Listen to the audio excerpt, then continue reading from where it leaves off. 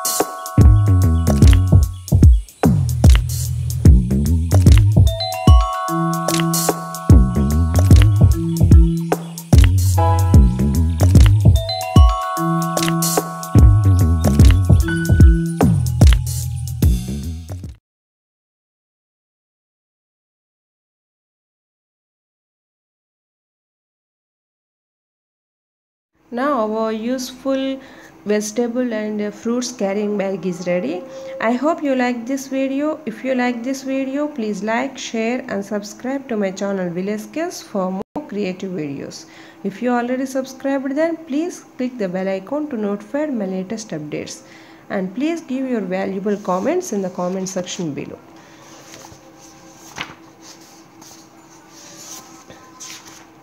Thanks for watching.